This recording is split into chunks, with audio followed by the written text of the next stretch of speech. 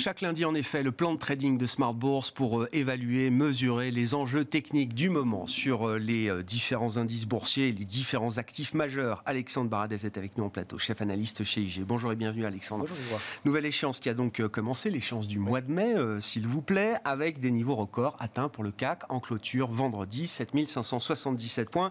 Évidemment, quand on est en terre inconnue, comme on l'est aujourd'hui sur le marché parisien, difficile de se dire que l'indice parisien n'est peut-être pas un peu topiche actuellement, avec un potentiel de hausse qui semble peut-être un peu épuisé. Déjà, si on le compare, on regarde le CAC 40 en termes de cherté, c'est un peu plus de 15 fois les bénéfices désormais. Bénéfices exprimés, pas à venir. Les suivants, c'est un peu plus de 13 pour le DAX. Puis après, on retrouve la partie indice un peu du sud, on est plutôt aux alentours de 10. Donc, c'est l'indice aujourd'hui le plus cher de la zone euro, lié évidemment à ses composantes. Les principaux moteurs du CAC sont des valeurs qui se payent historiquement largement au-dessus de la moyenne.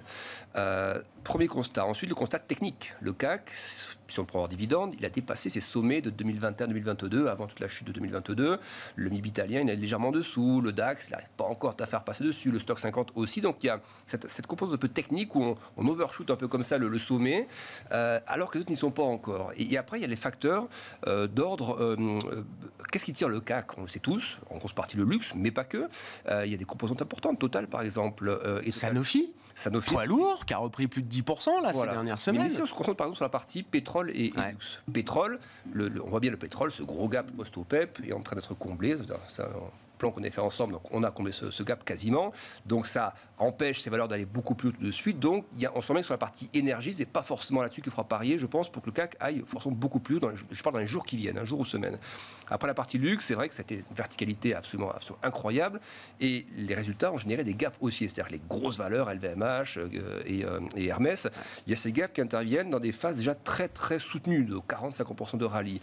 Ça peut ressembler, dans le jargon, ce qu'on appelle des gaps de fatigue, c'est-à-dire un marché qui a déjà beaucoup grimpé, qui a donc bien déjà pricé la reprise de la Chine et qui a ensuite salué des résultats qui sont à la hauteur des espérances, avec des gaps. Moi, il me semble que ces zones-là peuvent ressembler à des phases un peu non pas d'une remise en cause de tendance, mais d'une phase qui précède une phase un peu consolidante. Et je verrais bien un schéma sur la partie européenne qui soit de cette nature-là, c'est-à-dire une zone un peu consolidante où on a l'impression que le marché est peut-être un peu passé dans l'après déjà, l'aspect inflation, ça y est, c'est réglé parce que ça fait plusieurs mois que ça baisse, notamment l'inflation globale, même si l'inflation on ne la regarde pas trop, mais moi je pense effectivement, et je pense plusieurs à le dire, que c'est une inflation qui c'est la plus importante évidemment, mais on a l'impression que le marché, son comportement est déjà un peu passé dans l'après, c'est-à-dire l'idée que l'inflation quand elle baisse, ça y est, le plus dur a été fait, et qu'on est presque déjà en train de parler du pivot des banques centrales.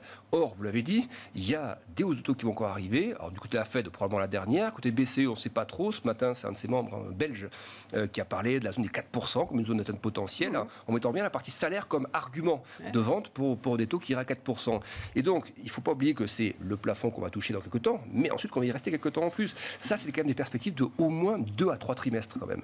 Et donc, un marché qui va très vite sur des nouveaux records, des multiples élevés, mais qui semble peut-être un peu occulter la phase où l'effet des hausses de taux successives sur la consommation, moi je pense qu'on va avoir des signaux qu'on a déjà vus sur la partie européenne récemment, aux États-Unis aussi, ça commence à ralentir un peu sur l'aspect consommation, ça c'est une part du PIB. Et si vous voulez, et les indicateurs avancés côté US qui commencent à aller dans le sens que tout le monde voit, à savoir un peu prédictif d'une potentielle récession, il me semble que ça laisse une fenêtre de tir au CAC pendant quelques semaines à quelques mois, où nous pourrions en fait avoir de la consolidation. Et sans faire trop long, il me semble que la vague de correction des néobanques, c'est peut-être le début en fait de cette phase de consolidation. Consolidation, c'est pas juste on se replie et on repart, ça c'est une correction à ce moment-là.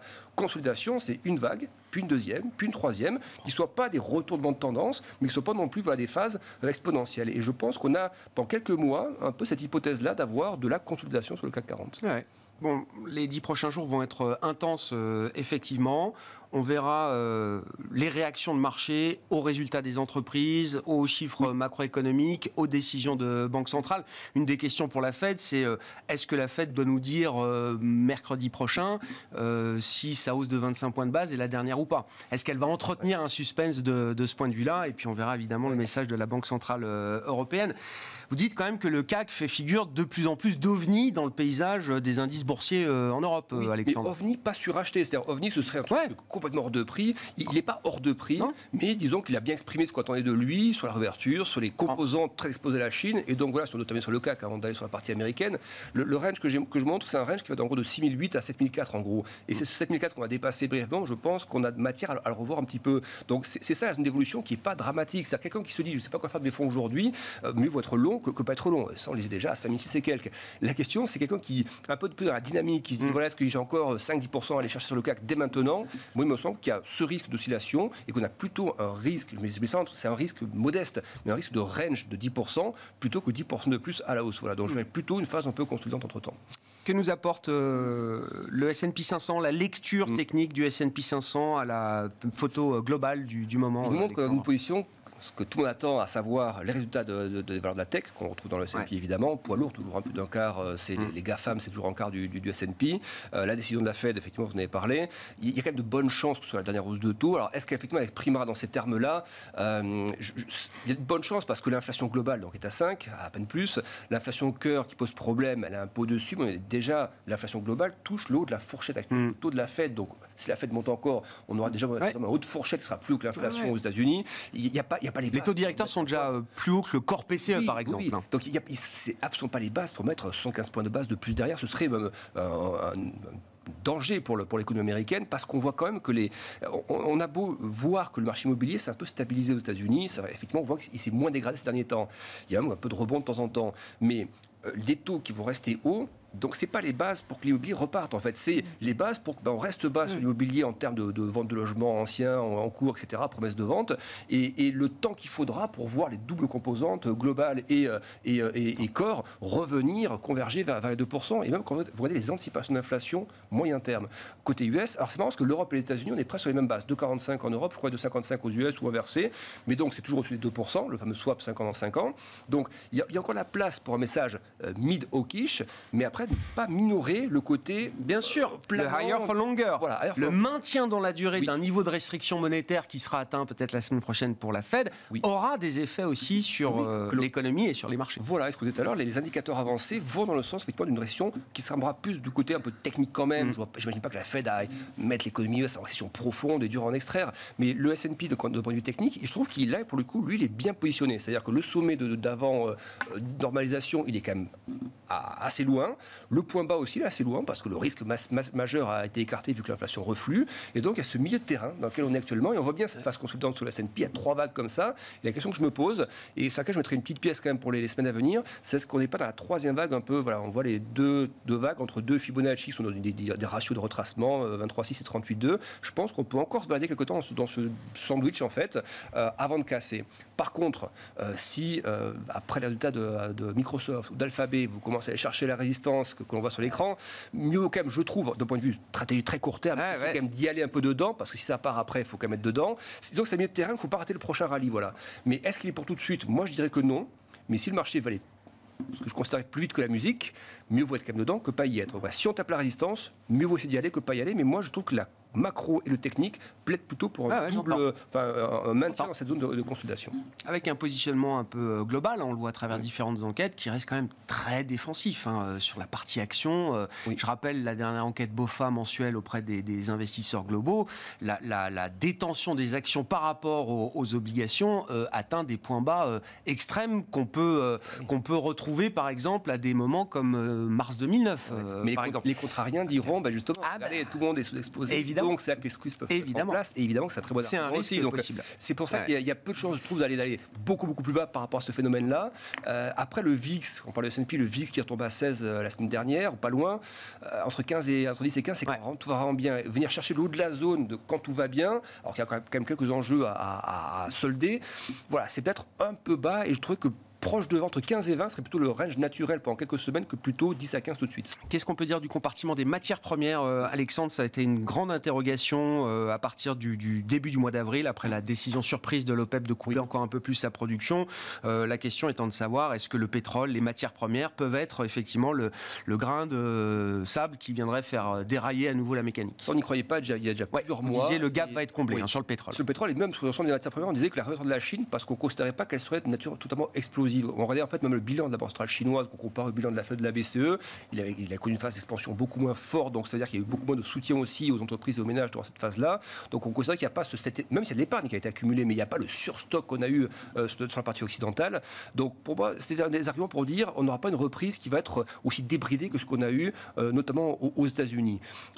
Après, on a des positions de matières premières qui vont un peu dans ce sens-là, et même quand on voit les chiffres de la Chine, on voit que c'est mitigé, mais mitigé, c'est quand même neutre à positif, c'est pas négatif. On déconfine, donc c'est quand même bien mieux. Mais là, un des gros moteurs de la Chine, comme toujours, il y a le moteur export, investissement, etc., demande intérieure. Le moteur export, on voit, les dernières était pas mal, mais c'est pas un moteur explosif. Et pourquoi ? Parce qu'en face, on a des croissances molles en Europe et aux États-Unis qui sont en train de... On se pose un peu de questions.